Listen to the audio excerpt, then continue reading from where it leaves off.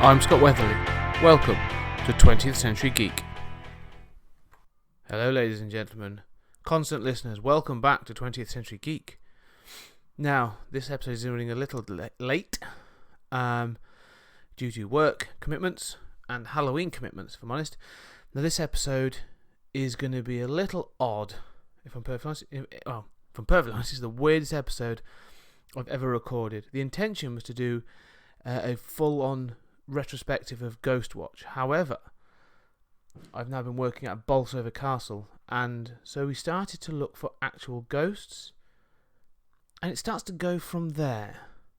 So I'm now going to hand over to me, on my own, in a room, in the dark, in Bolsover Castle. Hello, boils and ghouls. Welcome back to 20th Century Geek. Now I have to apologise for the sound quality right now. The acoustics may be a little echoey. Now the reason for that is I'm not in my usual recording studio, which is my home, to be perfectly honest. Nice and comfy, well padded walls, well lit. This evening, it's now 9:15 on the 17th of October, and I am sat alone in a medieval castle called Bolsover Castle, which is notoriously, I don't know if it's the most haunted castle in the English heritage, but it's the one that they have the most sightings at. It's a very active site, allegedly. So, basically I'm sat on my own, and this is going to be me possibly rambling, maybe crapping myself. We shall see how long this lasts. I'm working here with some of the people, some friends, and I was roped into this by the usual suspects. Mike Kennedy, my usual cohort and co-host, Mike, has asked me to do work on the scare attraction here, so I'm doing that. We've done the rehearsals and some other things this evening, so I'm now sat here alone in what is actually supposed to be the most haunted room in this most haunted castle. I just thought it'd be good. Following on from Ghostwatch, which was all about how a well-placed faux scare can terrify a nation, I thought, well, let's try the real thing. I've been watching quite a few of those ghost shows lately. Going all the way back to like Most Haunted to the more recent ones that keep popping up all over the place, such as Ghost Dimension and there's a couple of others, Ghost Response, and I have to say, wholeheartedly, they are dreadful. They're not very good. Clearly very, very low budget, and I think that's part of it, but there's no excuse for some of the editing and some of the stuff in there. So it's all about the scared. However, when I see someone jump, when you see someone jumped, when you see them scared, it can get scary. But working in this castle, I've now been working in this castle for a couple of weeks, on and off, a few days here, a few days there, setting things up. You get very, very used to it as an environment becomes sort of like just background noise. However, I will tell you a single story. One of the nights recently, we were doing some filming here for part of the attractions. Filming, I should say, basically part of the attractions to film. And I had to run through a part of the basement, and it was very, very, very dark. It was pitch black, in fact, and I was all Billy Brave, and I was told to run in there and hide behind this pillar and do da-da-da. Okay. Did for the rehearsal, very, very ran, make sure it worked. Brilliant. It looked fantastic. Went for the real take. I ran in, hid behind the pillar, pitch black, cameraman was miles away, I'm on my own. I hear 3 distinct footfalls walking towards me. And I bloody shit myself, if I'm perfectly honest, ladies and gentlemen. I absolutely shit myself. And I ran out of there, and we had to do another take. I did it, I'll be honest with you, I did it, it went okay. It was good fun in the end, it turned out really, really well. But coming back, I've been told all kinds of things about this castle, all kinds of different stories and people that have had their hair pulled, or they felt something on their arm, or they've been scratched. I haven't really felt anything, if I'm perfectly honest. I'm not going to sit here and start, is there anybody there and all that crap, because it doesn't really translate on a podcast. I thought about it, I really did. I thought maybe we could do that, but we won't. I think I might have to just sort of say, what else is there to talk about really with regards to this castle? Nothing really. It's a beautiful castle. It's well worth a visit. It's well worth checking out. The room I'm sat in right now is one of the plainest rooms in the castle, but it's the most haunted. Now, apparently, this was a woman's bedroom, and it's haunted by said woman. I don't know her name. I don't know the details. I'll have to get someone. Maybe I'll get one of the site guys to come and do some work on this podcast. But she apparently has a penchant for men. So I'm sat here on my own, wondering if I'm going to get any sort of attention. But do you know what we're going to talk about? Last week I talked about, we spoke to Stephen Volk about his interpretation of Ghostwatch. So I wanted to tell you a bit more about my interpretation of Ghostwatch. And this is going to be me rambling. This intro bit probably won't last very long, and then I'm going to bring some more people in, and we're going to talk about ghostly happenings that they've all experienced. So, Ghostwatch. I wanted to go back 25 years, and the reason I invested time in wanting to go back and watch it and get in contact with Stephen and talk to him about it was because as a child, it was possibly one of the most effective horror entertainments I saw as a child. It seriously scared the shit out of me. Now, it really made me think about a couple of things since I've had that conversation with Stephen about what horror is, especially what horror is for kids. For me, I had watched things like The Evil Dead, I'd watched Poltergeist, even Gremlins, Ghostbusters, the whole works, right?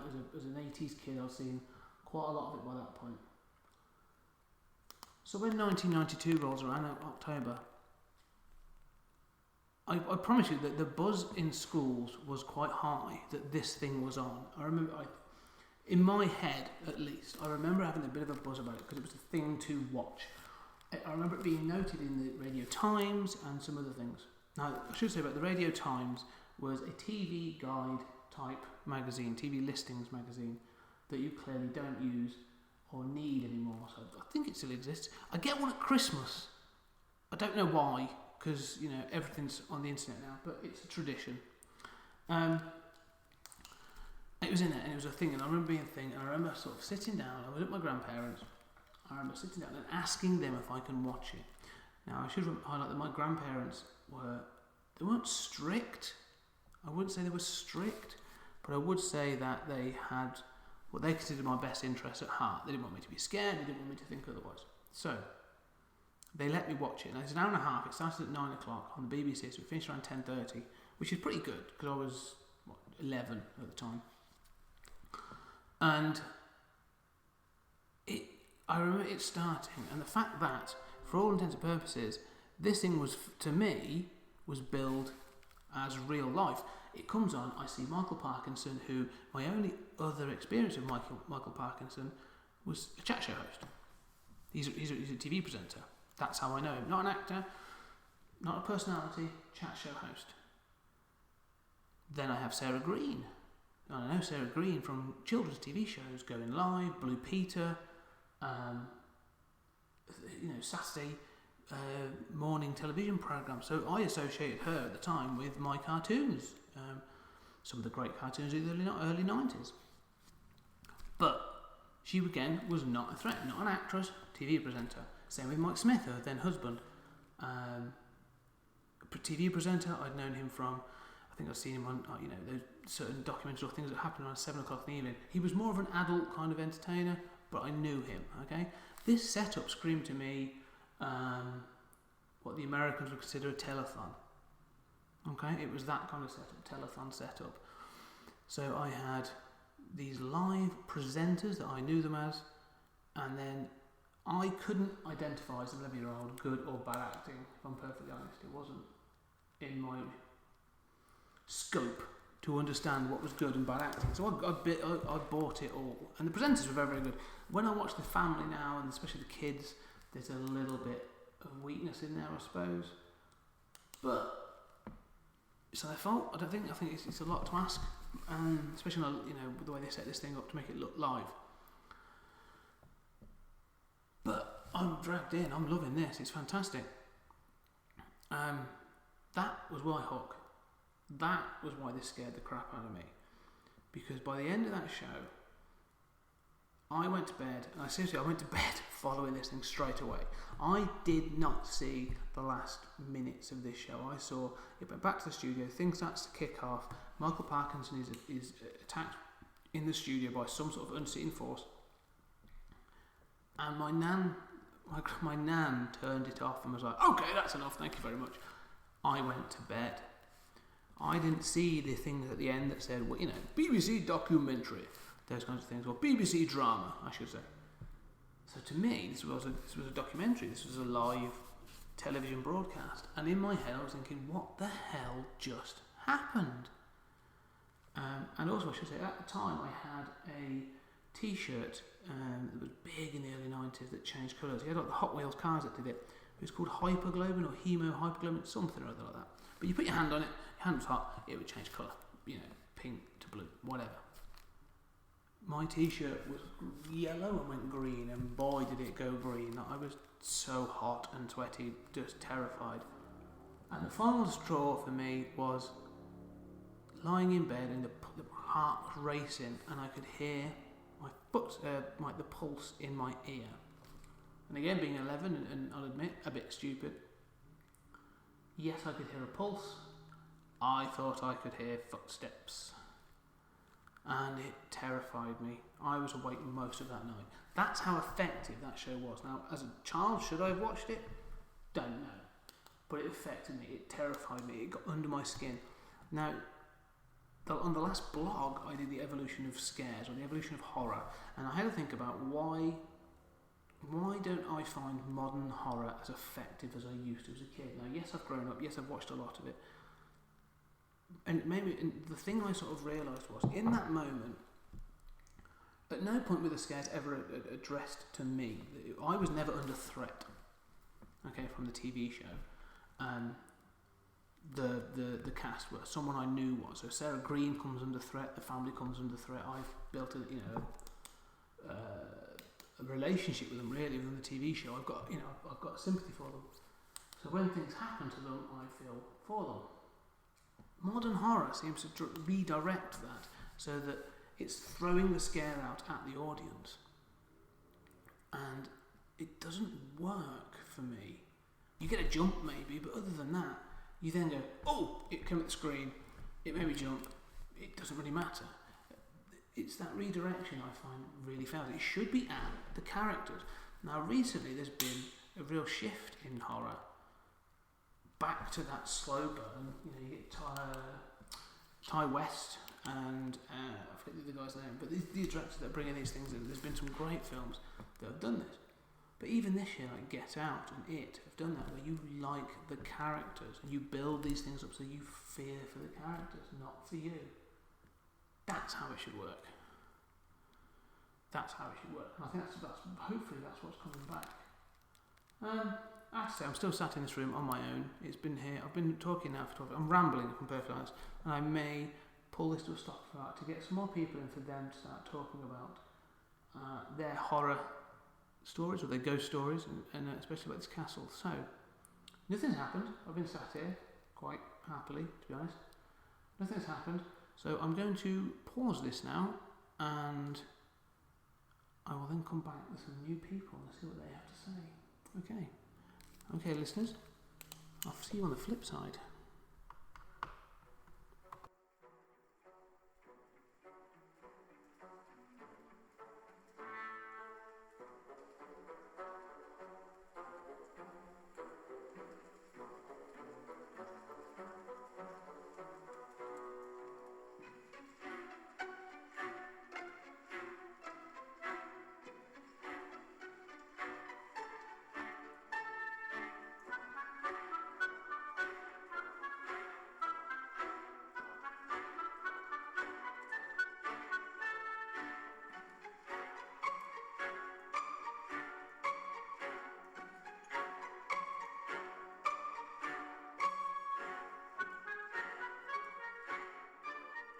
We're back.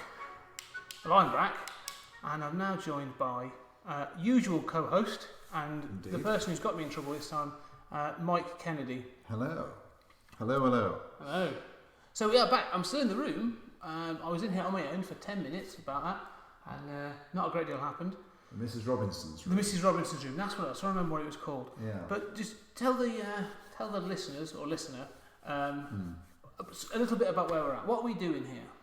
Why would you tell? I'm already here, so why are you telling your listener? I'm already here. I already know what's going on. Yeah, and I've already told my nan. Yes, true. Yeah.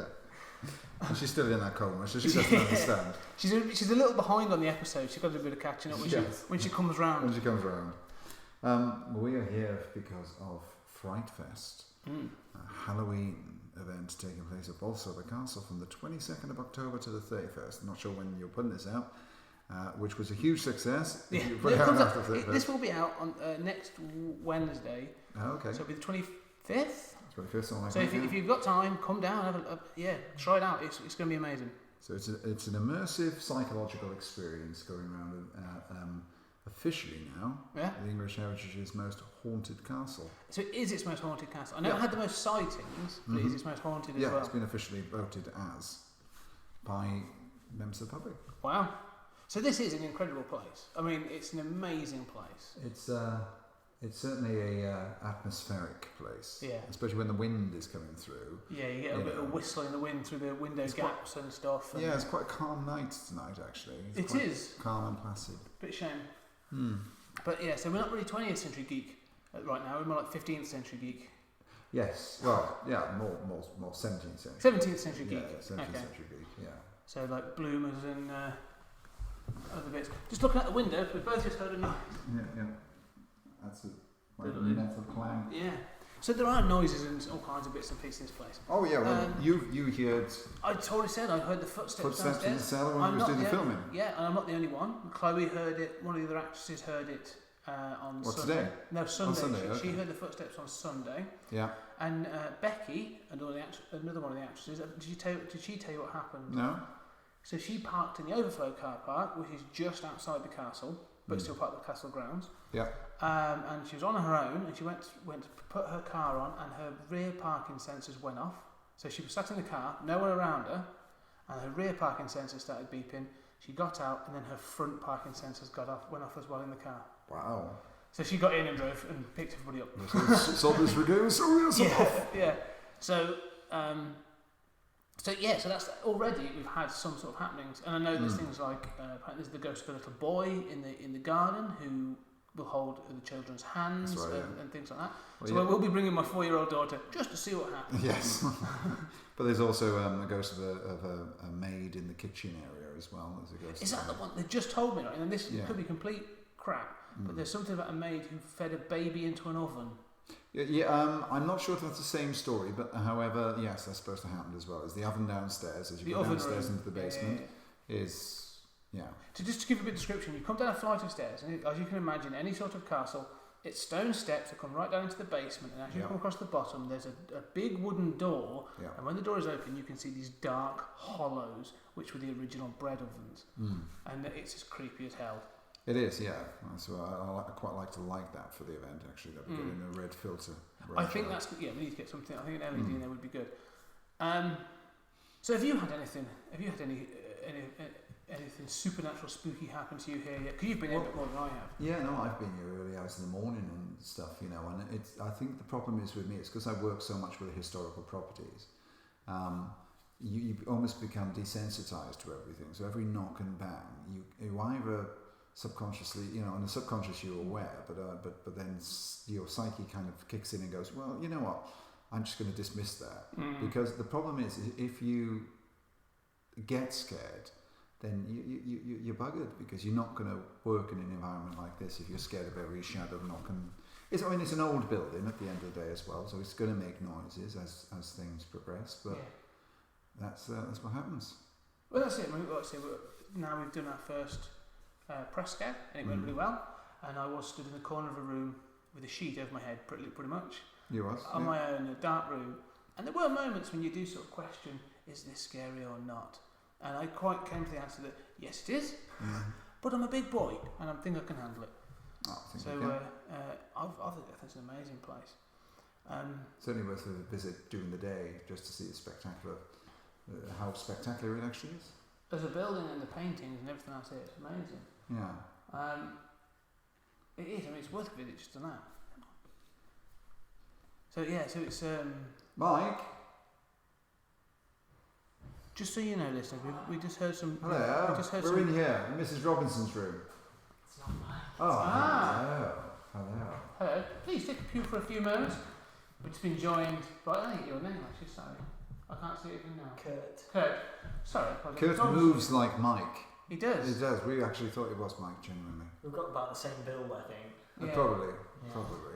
Just recording a bit of a podcast, just sort of sat here in the Mrs. Robinson's room, just to see if anything happened or just to talk about the building. But you've worked here, how long have you worked here now? About 2 years. So you've worked here 2 years, Yeah. and anything at all that's happened to you? Honestly, no. I've creeped myself out a few times. Which is what you were saying. Yeah. Yeah.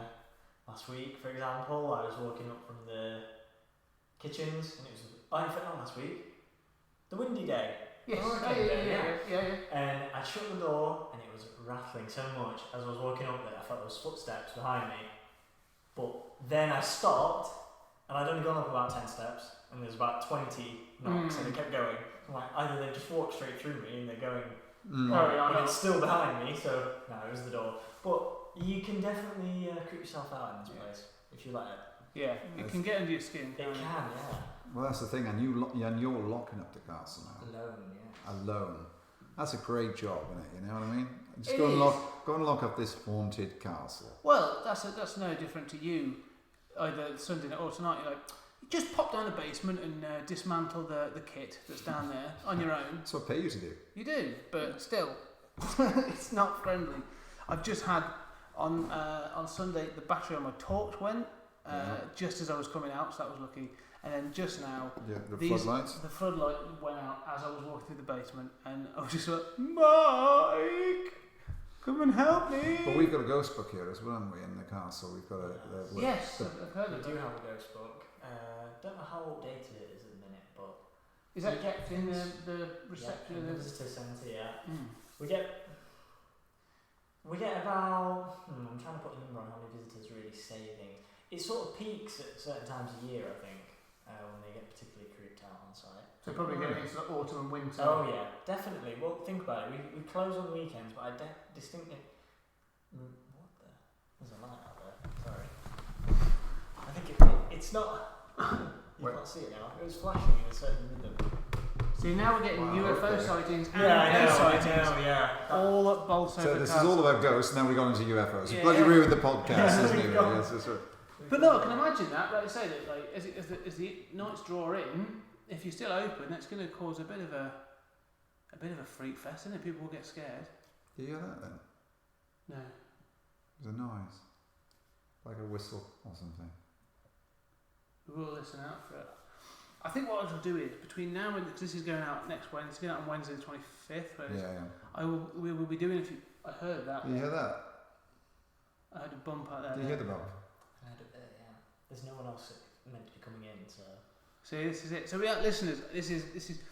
You know, maybe we should have like a camera. I'll have to do a video cast on it. I think we'll bring that one to a close now, and then we'll come back later on. I'll probably speak to a few more people before this goes out live. Talk to Mike up in the visitor centre. I will talk to He's him. had lots of strange things. There's some happen. more fun facts about this room I can think of, actually. Oh, hit us with your fun Yeah, facts. so everyone calls it Mrs. Robbins' room. Is it Mrs. Robbins or Mrs. Robinson? Well, she's neither. it's meant to be Mrs. Cousins, I believe. Or Mrs. Cousins. Oh. Cousins or Cousins, I've heard it said. Yeah. So that's meant to be the actual woman who lived here. If you're basing it on. So this was her bedroom, sort of thing, or her. Yeah, because she's nothing to do with sort of the William Cavendish of fame. It's to do with the later Victorian period. Oh, so she's even later. So she's That's like- what I've been told. Yeah. So she's That's what I've been told. 1900s. I'm sure Ah. you've been told that as well. Yeah. Yeah. You're right. So Keenan was up here the other night, Oh yeah, Yeah. possibly. and he mentioned, he was telling me that she has been spotted, or people have sensed her, but apparently she is quite a bit of a I heard that. That wasn't that. She's a bit of a. She likes the men. Yes, I've heard that one. Well, I think the prevailing theory that multiple people say, is that they always try and give some rationale to these people, and it's like she would have not had much attention in her life, is what they say, and so she quite revels in it. She loves the attention because why wouldn't she? She's still here for some reason. So now people are here paying attention, and she's loving that bit of. It's almost like fame. Well, it could be the more we feed into her, not in a negative way, the more she's going to appear. Yeah. I mean, I was sat here in a light. I was sat. This was my only light, my laptop, and it's very effective because of the walls and stuff. But I would say, like, I didn't feel anything, but it never felt threatening. But then, like I say, it didn't feel nothing. We should turn off and actually do some calling out or something like that. Yeah, let's pause that.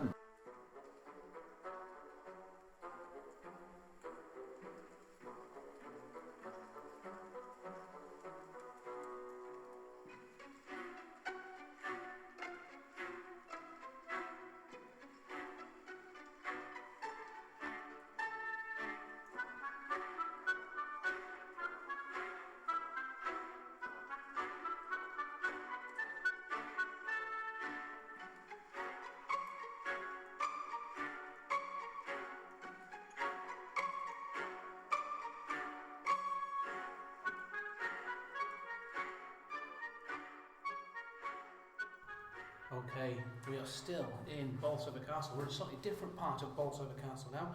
We're at the top of the tower. We are in the toppiest of the building.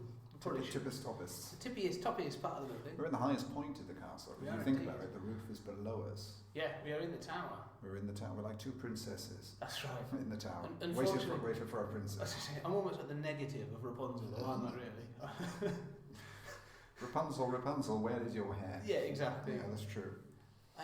So, we're going to round off this show with... I want to have a quick talk about Ghostwatch and its legacy.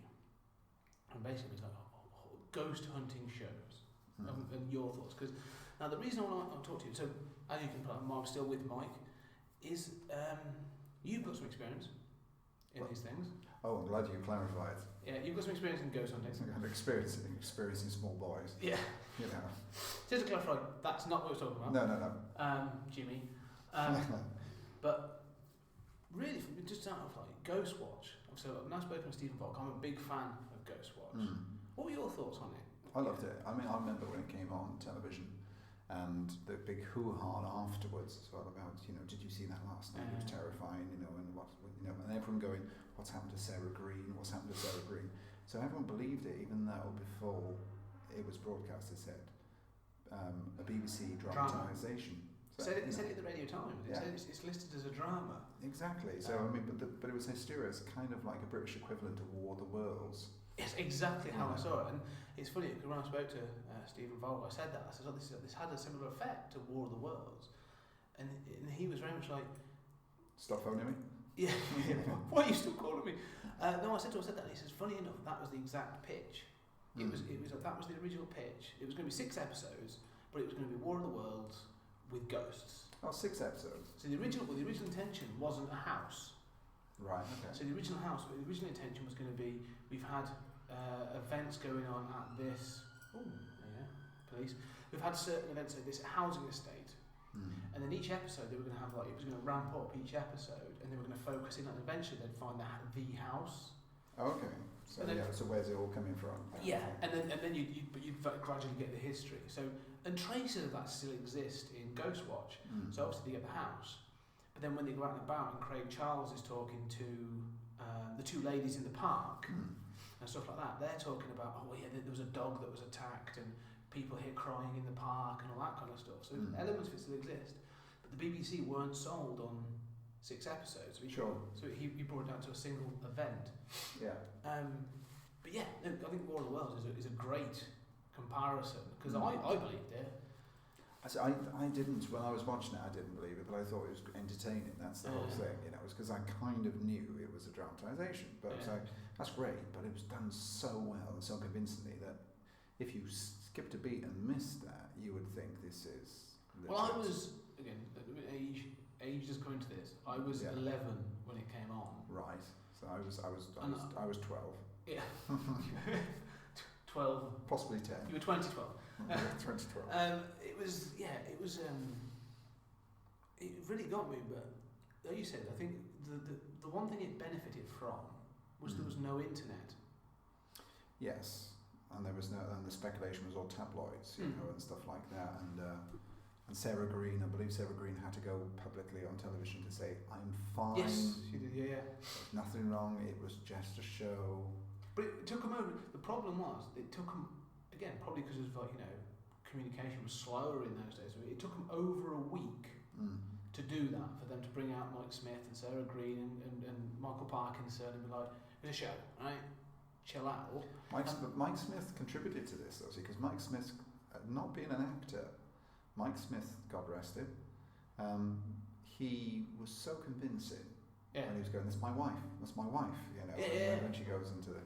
Well, this is what I think, this is why when she goes into Narnia, as I thought.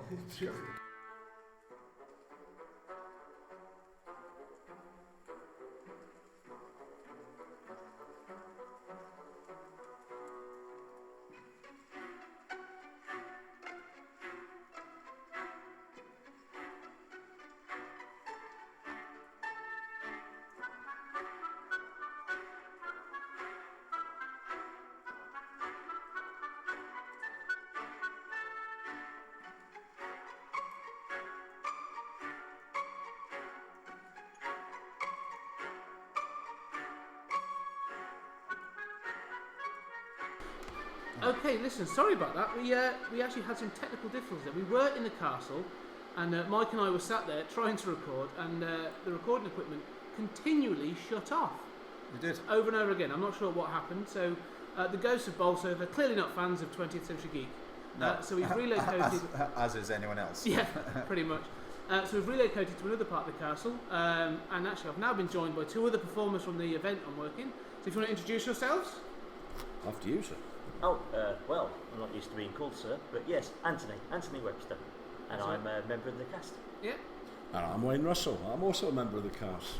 So we've been talking about Ghostwatch from 25 years ago this year, so it's 1992. Wow. I was 2 at the time. So yeah, vague memories. Two decades at least. So did you guys watch it? Do you have any memory of it? It's a vague memory. I couldn't tell you who was actually involved in it, but I can remember it absolutely fascinated me, because obviously I was much younger then, possibly slightly older than 2, like about 42, but the supernatural has always held a fascination for me, even though when you know that it's not actually being portrayed factually. I've always enjoyed being that part of that. See, that was interesting. Yeah. One of the things we were just discussing when it started to play up was the fact that it was portrayed as a drama in the press. Like, Radio Times said it was a drama, and the BBC said it's a drama.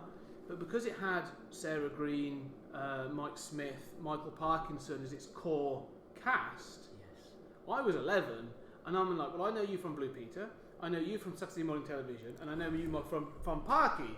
So to me, I was watching this going, well, clearly this is real. And I bought into it whole hog, and it scared the shit out of me. You just brought all those memories back to me. Parky was in charge of it, wasn't he? He was back at the hosting with the supernatural investigator. And they got the kids at the house or something, didn't they? That was right. It was it was pretty much sort of like it's. If Wayne only remembered his lines as much as he remembers his show, it's one of those. But it was great, and I bought into it amazingly. Did you remember it? Did you see it? Or I'm not sure, to be honest. You was in prison then, weren't you? I might look like a convict now with all this facial hair and the like, but I mean, Most Haunted I remember, which was much later than that. But this is the thing, and that was the other question, is like the legacy of this show, of Ghostwatch. There are two big legacies for this show. Now I asked, I did a bit of research when I spoke to Stephen Vogtways.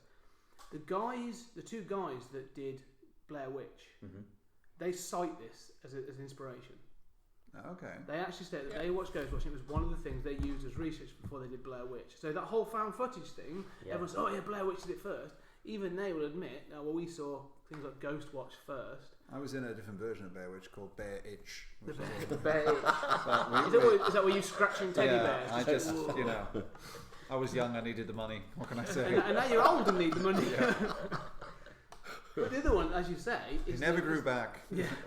The other one that was the glut of sort of like supernatural ghost hunting shows that sort of came about in the early 2000s. Yeah. Most Haunted being the big one. So what are your thoughts on Most Haunted then? Yeah, well, I mean, as you say, when you see certain people like Yvette Fielding who carry a modicum of gravitas, I mean, you respect them as TV professionals. It has a sort of authority. You believe it because of who they are. And totally, because again, I think with Most Haunted, I remember watching the first season of that. Yeah. And in the first season, they go to Blackpool Pleasure Beach. Yeah. And there's an episode they do that, and you've got Derek Acora well before Fanny Loves Dick, and because she's there, she seems legitimately scared. Definitely so. I'm buying into it, thinking, well, I've seen her, Blue Peter, I've seen her do other things. She's clearly legit. Yeah. And these are known places as well. They're not constructed sets. No. You've been to Blackpool Pleasure Beach and you know that it exists. I mean, they did Bolsover Castle as well. Did they? Yeah, there's a Bolsover Castle which was Most Haunted live. Oh, really? I'll have to track that one down. I remember that really well because I went to York to the Golden Fleece and actually spent a night ghost hunting, and it was 2 weeks after they actually filmed there, and they got a guy off of Radio 1 whose name escapes me, who had actually been on this particular gig and spent the whole night there and was absolutely petrified and claimed to have seen all sorts of things. So when we went, they got this medium who put herself into this incredible trance. Now, if she was acting, she was a damn good actress. Yeah. If she wasn't acting, then I have no idea what she was doing, but she had to be held down by 3 men. She was so strong, she broke free from the grip on the bed and actually broke one of the organisers' nose. Now that's dedication. Fortunately, we don't get too much of that here. Sounds like my wedding night, to be honest. I was going to say, I do not get paid enough doing this gig to sort of, to have that level of commitment. Yeah. I think that's fascinating. Is that the Golden Fleece in York? Yeah. Scariest place I've ever been to, Scotland. Just in general? Yeah, just Do you know what? We are, too, but where was it? In Derby, and I know you've got your own opinions of parts of this, but Richard Felix, who was part of the crew for Most Haunted, he was the historian. Dr. Richard Felix, who doesn't have a doctorate or a historian degree. Either way, he was the historian. I'm more of a historian than he is, from an educational perspective. But regardless of your bitterness, he owns quite a lot of properties around Derby. He used to. Okay, well, he runs a thing called, and he still does, because he does the Derby Ghost Walks. Yeah. Well, the Derby Ghost Walks, one of the big things they do is they go to a pub there that had a witch, and the thing is, the witch was found.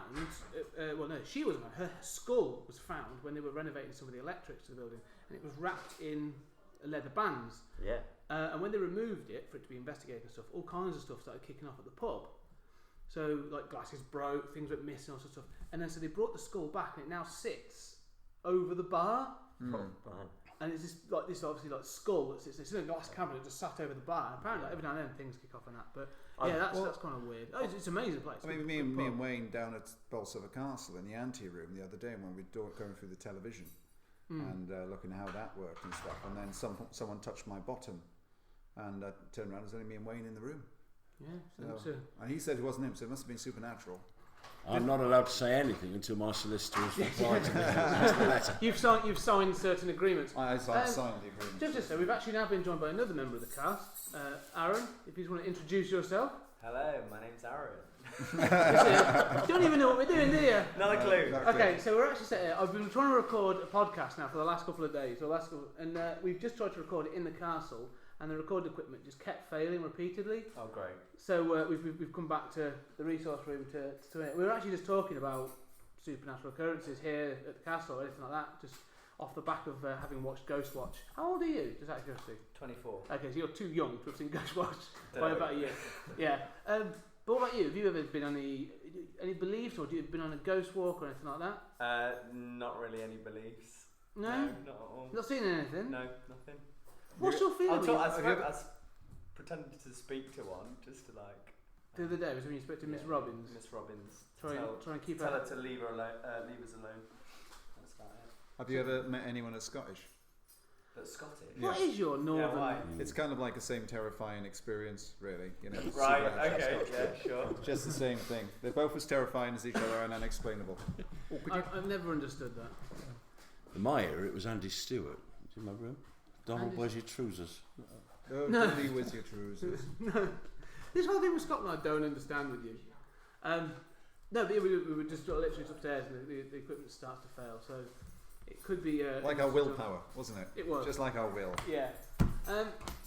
So have you watched it? Did you ever watch Ghostwatch? Most Haunted. Most Haunted. Most Haunted. Yeah. I found it funny more than anything else. Yeah. You were never Yeah. buying into it. No, not at all. But my mum would sit there and she's like, "Oh no, no, mum." It's a series that lasted. Just reading. It's not real. It lasted 15 series on the basis of nothing happening. Oh, it was but It this was is what I just- say for the people that made it because it was. Annex Productions, which is Yeah. Carl Beatty's company. Alright, so Annie's Productions, whoever made that, they've Yeah. made a fortune out of Well, I mean, some of the they were- cheapest production values ever. Oh, it was a great It's a genius program idea. for the time, but it outsold itself. You know, it's kind of like how far can you make this piece of bacon last? You know? Yeah. You know, it's not the feeding of the 5,000 here. You know, it's kind of like the same product rehashed. It's like doing our show every year for the next Same. 15 years.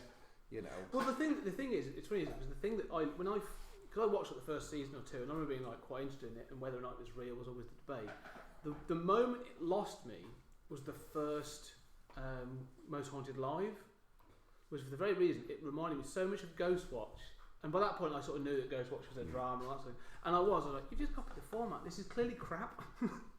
And I just completely lost interest in it. And then you had Derek Okora was outed and. Yeah, it was Not a- as out as that way. It's been he I was, mean, I didn't laugh for that way, but yeah.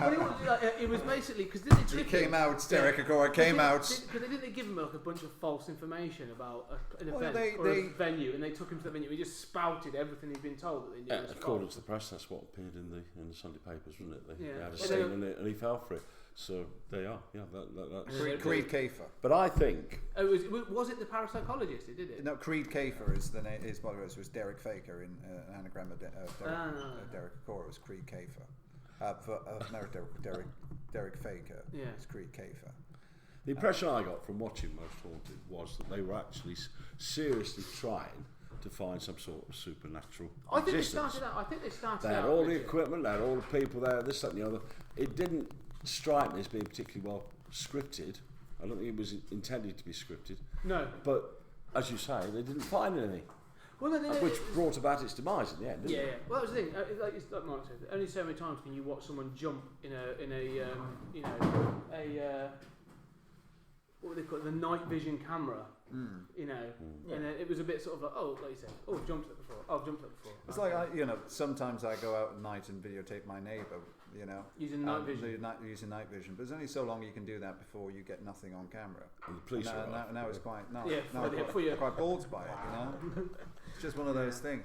And it's the same principle of Most Haunted. You know, you're just watching green faces constantly. The format. People the thing getting is, scared. The thing is, the format worked for me because it was that thing of like, here's the history, then here's the supernatural, and then here's the investigation. It was sort of quite well segmented. And it was a good format.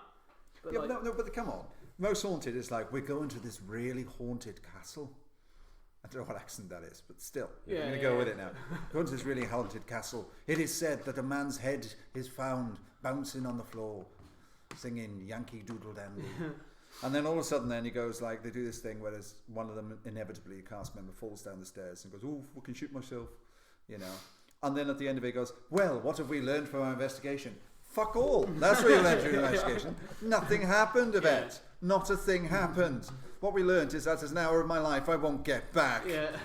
Well, the thing was, it was when they introduced Kieran O'Keefe as the sort of like the parapsychologist or whatever that came in to sort of like be the legitimate thing. Kieran O'Keefe was brilliant, though. And the fact that he was, because he became more entertaining in the show. Don't be so fucking stupid. That's Kieran O'Keefe's attitude, isn't it? Yeah. Now let's not be stupid here. Yeah, because they'd all jump That at everything. spoon that came past the camera was clearly thrown by the cameraman.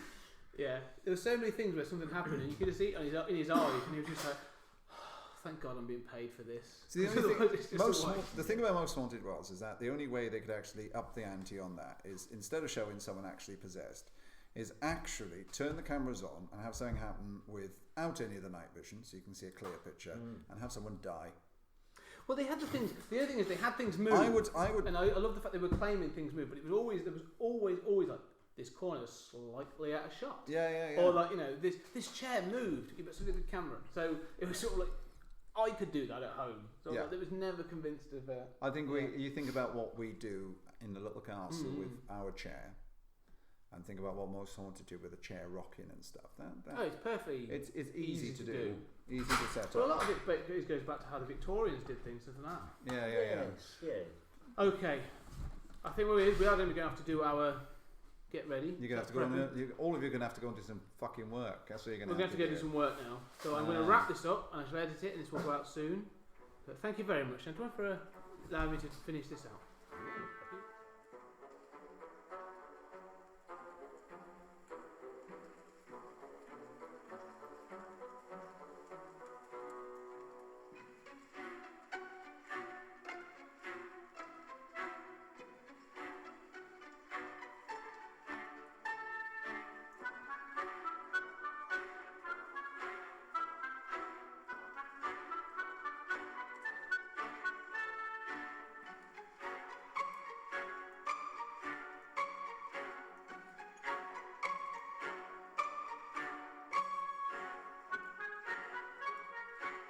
So there we have it, ladies and gentlemen.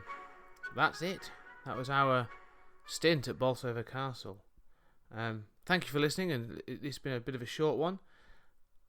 But that doesn't mean that the spookiness is over. Halloween may come, it may go. But November, I'm going to be focusing on haunted houses. And one haunted house in particular.